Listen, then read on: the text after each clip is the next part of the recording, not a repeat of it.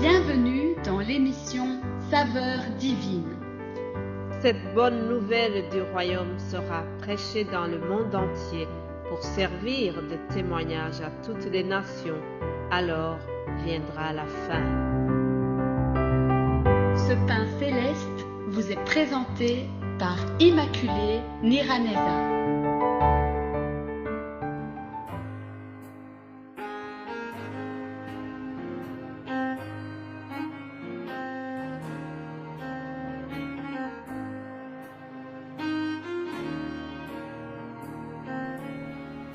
Shalom, shalom, bien-aimés à l'écoute de cette émission, que la paix de Christ soit avec vous.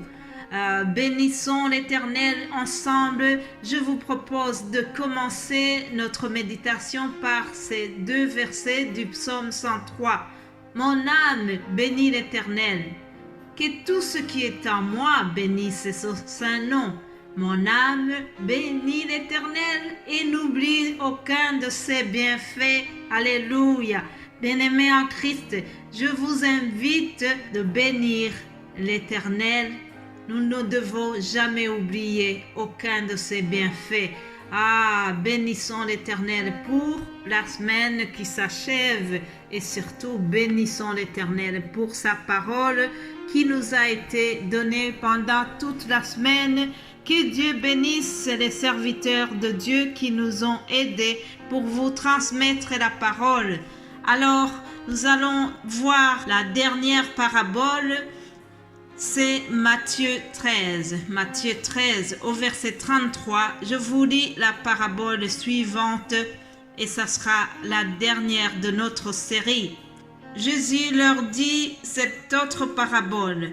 Le royaume des cieux est semblable à du levain qu'une femme a pris et mis dans 3 mesures de farine jusqu'à ce que toute la pâte soit levée.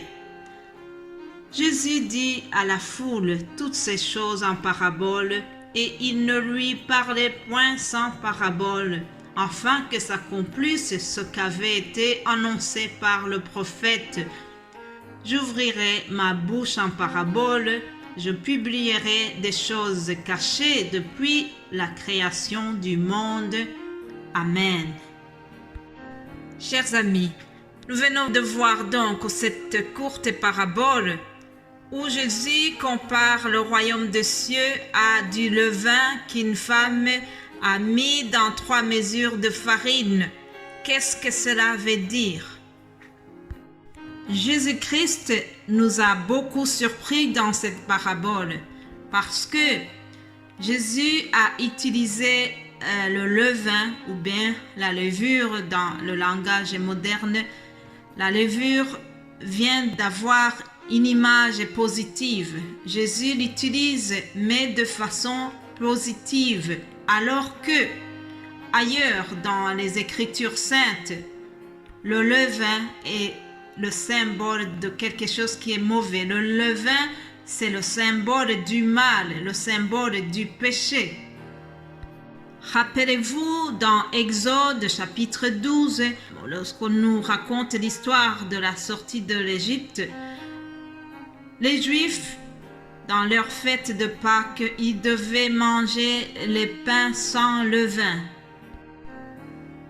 Nous lisons donc Exode 12, il est écrit « Cette même nuit, on en mangera la chair rôtie au feu, on la mangera avec les pains sans levain et les herbes amères. » Rapidement, je voudrais faire un retour en arrière pour vous rappeler que l'agneau de l'Ancien Testament, l'agneau symbolisait Jésus-Christ et son sang qui annonçait qu'il va nous sauver de la mort éternelle. Donc, la Pâque pour les Hébreux, c'est une fête qui rappelle leur sortie d'Égypte, leur libération, de la manière dont Dieu les avait sauvés de sa main puissante et qui les a libérés de l'esclavage.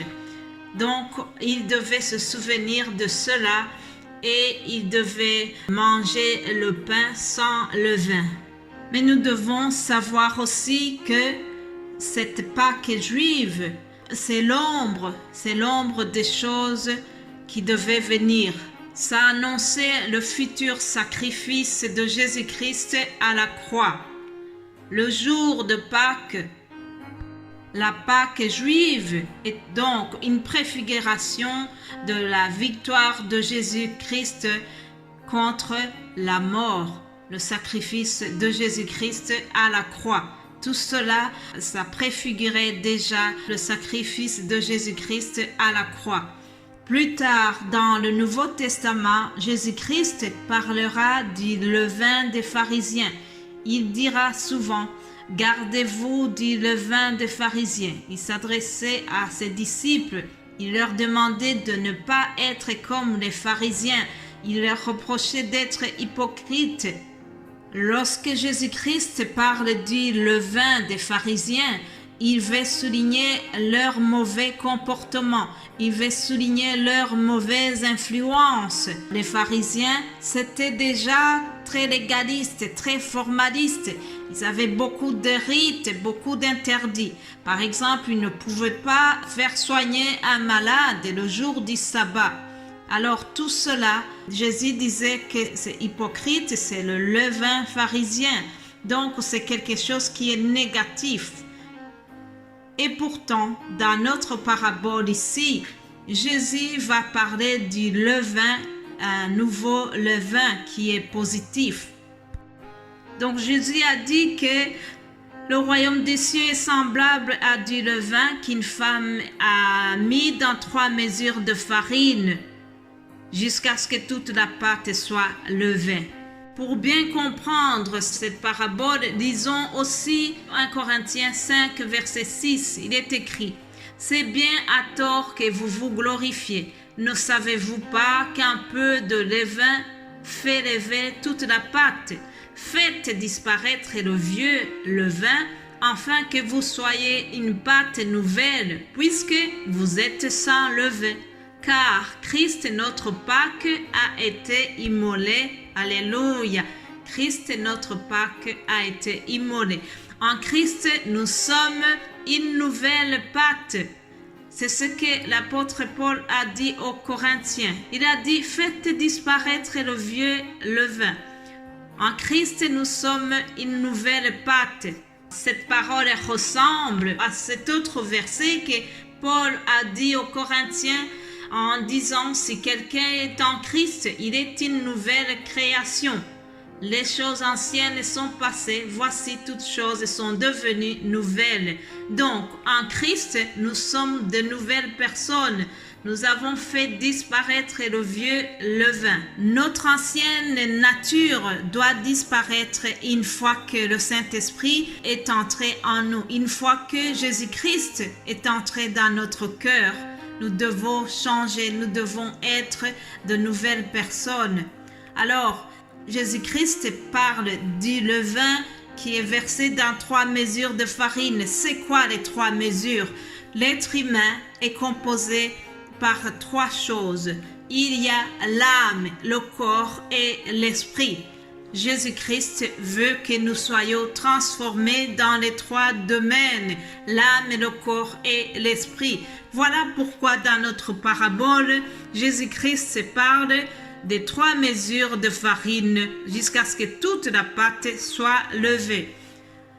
La parole de Dieu aussi doit nous transformer jusqu'à ce que l'être soit transformé. Tout être humain, toute notre âme, le corps, l'esprit et l'âme doivent être transformés par l'Esprit Saint, par Jésus-Christ qui œuvre en nous. Le levain dont Jésus-Christ parle dans cette parabole, c'est vraiment un nouvel ingrédient. Vous savez, dans le domaine de la pâtisserie, vous pouvez oublier une pincée de sel, vous pouvez oublier du sucre vanillé.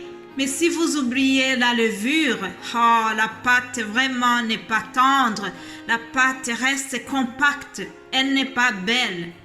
Dans le domaine spirituel, ce nouveau levain dont nous parle Jésus-Christ, C'est sa parole. La parole de Dieu est vivante, elle est efficace, elle est plus tranchante qu'une épée quelconque qui a 2 tranchants. Elle est pénétrante jusqu'à partager âme et esprit, chers amis. Alors, je vous invite vraiment à vous laisser transformer par cette parole de Dieu. C'est sur cela que je termine. Le temps est très court, mais j'espère bien que vous avez compris cette parabole et j'aurai la joie de vous retrouver lundi prochain. Je vous souhaite de bien passer le week-end, que Jésus-Christ vous fasse du bien et soyez abondamment bénis au nom de Jésus. Amen.